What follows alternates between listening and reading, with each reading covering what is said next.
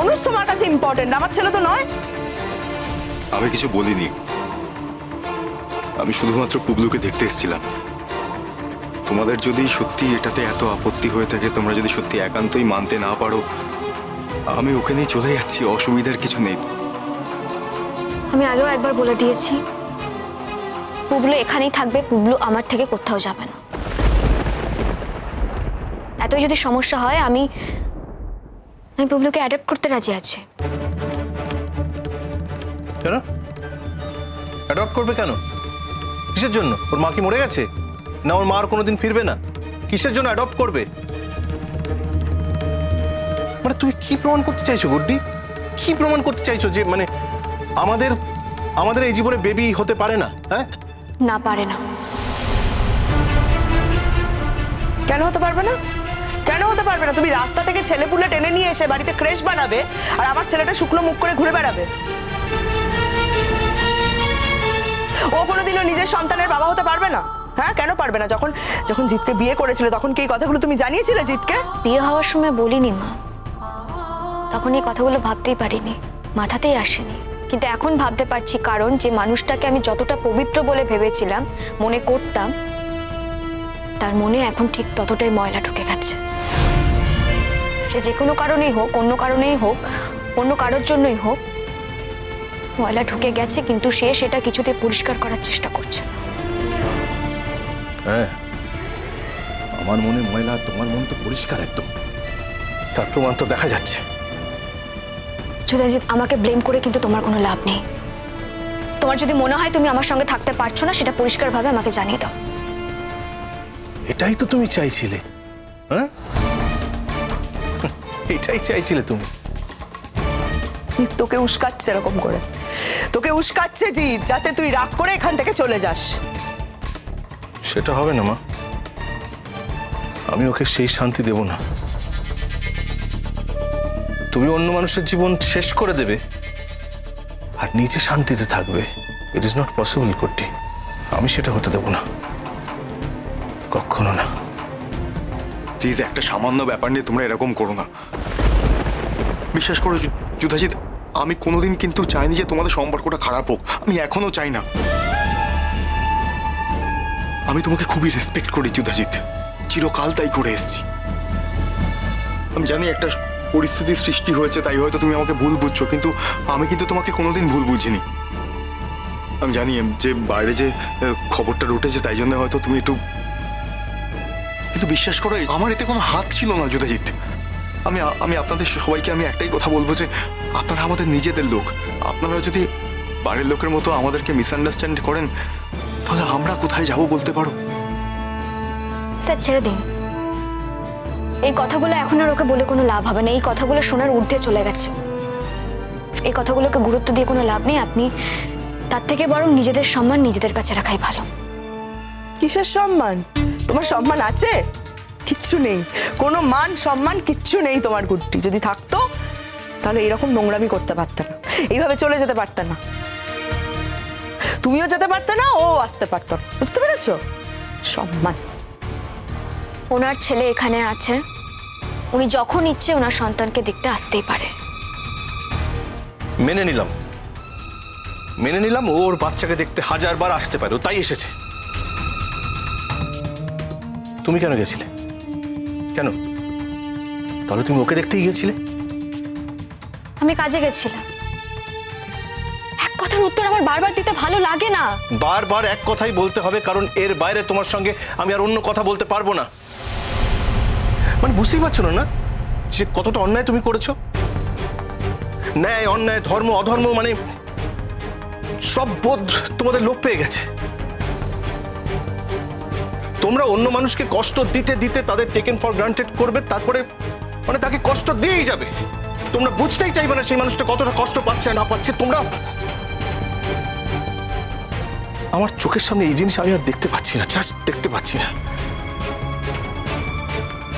যখন তোমার সঙ্গে আমার জীবন জোড়েনি, আমি আলাদা ছিলাম, তুমি আলাদা ছিলে তোমার মতো, তখন আমার কিচ্ছু যায় আসেনি। আমি তোমার ব্যাপার নিয়ে মাথা ঘামাইনি। আজকে আমায় তুমি বিয়ে করেছো গুড্ডি, বিয়ের পর কেন এই ব্যভিচার? আমি কি করে সহ্য করব? আমি আবারও বলছি যুধাজিৎ, তুমি তোমার স্ত্রীকে ভুল বুঝছো। তোমার স্ত্রীর সঙ্গে আমার বিগত 6 বছরে কোনো রকম কোনো যোগাযোগ ছিল না। আমরা কোনোদিন কোনো যোগাযোগ রাখিনি, এটা বিশ্বাস করো। ও, তারপর যেই 6 বছর পর যোগাযোগ হলো অমনি তোমাদের প্রেম ভালোবাসা একবার উঠলো। কি করলে তুমি খুশি হবে বলো? স্যার, আপনি কি বুঝতে পারছেন না এই কথাগুলো এখানে অপ্রয়োজনীয়? এই কথাগুলোর উত্তর দেওয়ার কোনো প্রয়োজন নেই। তো আরেকটা কথা আমি সবাইকে বলে দিচ্ছি, এই বাড়িতে এই বাচ্চা দুটোর সামনে আমি কিন্তু কোনো রকম কোনো অশান্তি বরদাস্ত করব না। আমি এই বাচ্চা দুটোকে, আমার বাচ্চা দুটোকে আমি কিছুতেই নষ্ট হয়ে যেতে দেবো না। তোমার বাচ্চা? বোঝ বোঝ তাহলে, ওর বাচ্চা। কি বলছে ও দাঁড়িয়ে? আমার বাচ্চা নাকি নষ্ট হয়ে যায়। হ্যাঁ, আমি যাদের বাচ্চা বলে মনে করেছি তারা আমারই বাচ্চা। আমার কোনো দুঃখ নেই, কোনো কষ্ট নেই আমার। আমি তো জানি তোমরা আমার সঙ্গে আছো। আমি জানি তোমরা দুজনে আমার সমস্ত অপমান, সব দুঃখ ঘুচিয়ে দেবে, আমার চোখের জল মুছিয়ে দেবে। অনেক বড় হও তোমরা, অনেক লেখাপড়া করতে হবে। বুবলু, তোমাকে কয়েকটা কথা বলছি।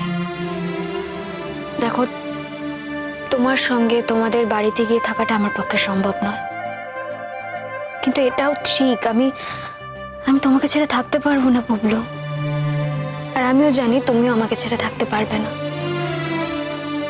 তাই যার যতই আপত্তি থাক, যে যতই রাগারাগি করুক, একটা কথা মনে রাখবে, এই বাড়িটা মামুনির বাড়ি।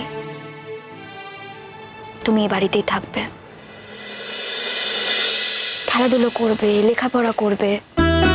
আর যখন আমি অফিসে যাব, কাজে যাব, আরো অনেক লোকেরা এই বাড়িতে আছে, তোমাদের টেক কেয়ার করবে, তোমাদেরকে খাইয়ে দেবে, কোনো অসুবিধা হবে না। এত বড় বাগান আছে, মিলেমিশে থাকবে একসঙ্গে। আর আমি চেষ্টা করব যতটুকু সময় পাবো, সব সময়টুকু শুধুমাত্র তোমাদের দুজনকে দেব। তবে আর একটা কথা তোমাদেরকে দিতে হবে, এর বাইরে তোমরা কিন্তু আর কাউকে বিরক্ত করবে না। না জুদাজিৎ আঙ্কেল, না আন্টি, কাউকে বিরক্ত করবে না। মনে থাকবে কথাটা? স্যার, আপনি পুবলুকে নিয়ে যান। যাও বাবা, ড্যাডির কাছে যাও। আপনি বাগানে নিয়ে গিয়ে কথা বলতে পারেন, বা অন্য অনেক রুম খোলা আছে, আপনার যেখানে ইচ্ছে ওর সঙ্গে আলাদা করে কথা বলতে পারেন। আর একটা কথা বলছি, আপনি রোজ আসবেন, কারণ বাচ্চাকে দেখার অধিকার আপনার আছে। আমি নিশ্চয়ই এক্সপেক্ট করব আপনি অন্য কারোর কথায় নিজের বাচ্চার এভাবে ক্ষতি করবেন না। ওর যেমন আপনাকে দেখার অধিকার আছে, তেমন আপনারও ওকে দেখতে আসার অধিকার আছে। আপনি নিশ্চয়ই অন্য কারোর জন্য আপনার বাচ্চাকে সমস্ত অধিকার থেকে, সমস্ত ভালোবাসা থেকে বঞ্চিত করবেন না। এন্ড অফ দ্য ডেতে বাচ্চারাই আমাদের কাছে সব, ওদের কথাই আমাদের কাছে শেষ কথা। ওদের ভালোর কথা আমাদেরকে ভাবতে হয়।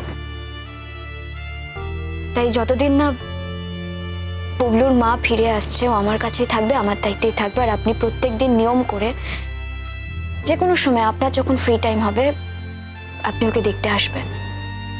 আর ঘটনাচক্রে যদি আলাদা জায়গায় পোস্টিং হয়, আপনি 1 মাস 2 মাস অন্তর অন্তর দেখা করতে আসবেন, আপনার সুবিধা মতো আপনার ছুটি দেখে আসবেন।